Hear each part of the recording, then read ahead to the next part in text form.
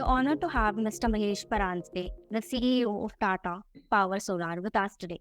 He has over 23 years of experience, out of which 18 have been in the hydroelectric generation business. He has vast experience in the areas of renovation and modernization of hydroelectric machines and the operation and maintenance of renewables. He is a graduate in electrical engineering from the Government College of Engineering, Pune. Today, Mr. Mahesh Paranjpe will present a talk on integrating RE and alternative energy sources into the grid. So let's welcome Mr. Mahesh Paranjpe. Thank you. I represent Tata Power Solar, which is the EPC arm of TPREL, uh, and we are into EPC of large projects. We do around 2 to 3 gigawatt of projects every year. We are also into rooftop. We are into solar pumps. We are into microgrids, and we also manufacture modules. So we are in the entire spectrum of renewables. We are also into wind. We have wind assets. We have solar assets, which are run by us, or installed by us. So before we go to the integration issues, let's understand first why we have so much of push in RE now in India. So it's driven by three major things. First is the COP21 discussions and the IND which we have declared our internally determined target, uh, nationally determined target. And based on that, there is a huge push from the government side to have renewable energy sources. And accordingly, they have also directed the discoms, and the regulators also have accordingly decided the RE contribution in the overall energy mix. We call it as a RE obligation. More than that, what is driving renewables today, and which is a part, if I decide not to talk about global warming, then we have a discussion point around renewables, which is tariff, which is the electricity cost of generation, which is one of the cheapest today, especially for the solar part, which are we are between 2 rupees 50 paise to 3 rupees per unit today.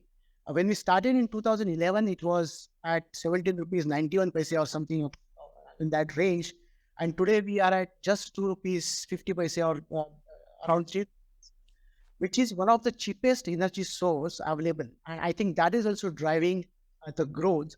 And the third thing is many of the corporates, they have decided RE100 as the target. They have to buy all their energy requirements from a green source.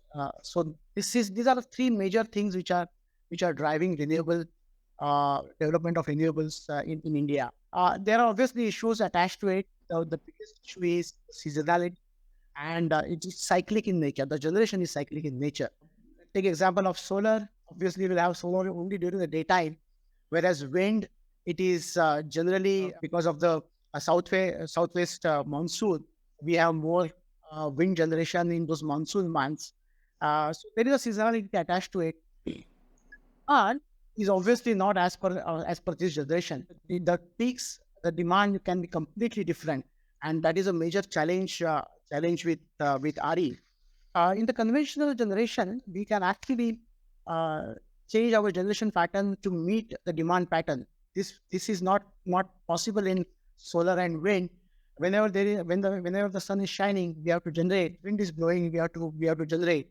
If we don't generate that point of time, it is all gone with the wind. So this is a challenge, and this challenge can partially be addressed by having hybrid systems like wind and solar hybrid, or wind, solar, and battery hybrid, or wind, solar, and pump storage hybrid, or wind, solar, and thermal hybrid, to have more uniform generation pattern. But all these systems have limitations, and the solution to this is having ancillary systems in our ancillary services in our country, and policy around that probably is what is required today. Many of the grid operators, they have raised concerns now. If the RE contribution into the grid is the small percent, then managing it is easy. But as the percentage go up, we will need ancillary services, which that market has not taken up. Maturity is far away. That market has to start now quickly in India. The second challenge what we face is The transmission connectivity, though PGCIL and others are doing fantastic job, and transmission network is being constructed very fast. Probably some visibility of transmission network as the country wants to build. I think that will give more clarity for the renewable developers where and which geography we should go and when, and how to build renewable assets. Just to give example, one of the best sites for solar generation is Ladakh area, which is a big surprise. We always think it is Rajasthan. Obviously, Rajasthan is a good site because the number of days when we have cloud cover are very very less, and that is why Rajasthan becomes one of the best site. But the temperatures are high, and higher the temperature, the module efficiencies are low, and that is why Ladakh becomes the one of the best site to put up solar plants because the ambient temperature is low and the modules can perform better. And and again, the number of days when cloud cover is there are low, and but there is no transmission network. And when it's going to happen, probably the clarity is not there, and policy around it will definitely help RE generators to to build more renewable assets. On the regulatory front, there are good regulations which support renewables, but there are some challenges. For example, wheeling charges in the distribution network. Suddenly, some charges are changed, and then the entire business model goes for a toss.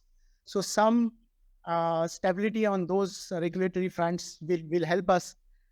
One more example is reactive power compensation. Now, all these years, this particular aspect was not with renewable developers. Though there was a regulation, but it was not enforced that strictly. Now suddenly, this is being enforced, and there is additional cost attached to it. So the stability on policies will definitely help us. Ancillary market is what will help us uh, grow renewable faster. Also, there is some perception attached with solar modules that the disposal of solar modules could be an issue. Again, country has to decide how they are going to dispose of the modules. Though it's not a big issue, we can actually recycle almost 80% of solar modules, and that too in a very environmental friendly way. 20% obviously we have to dispose of, but at least 80% we can recycle, and this recycling will help us. And the first major disposal is going to happen only in 2036. It's still we have a lot of time for those major disposals. So we can build business models around it, and India can have policy around it. So the perception of we are damaging environment by producing modules which can't be disposed, I think that also can be corrected. Many of the players, especially corporate players, have that perception that modules will damage environmental more, which is not the fact.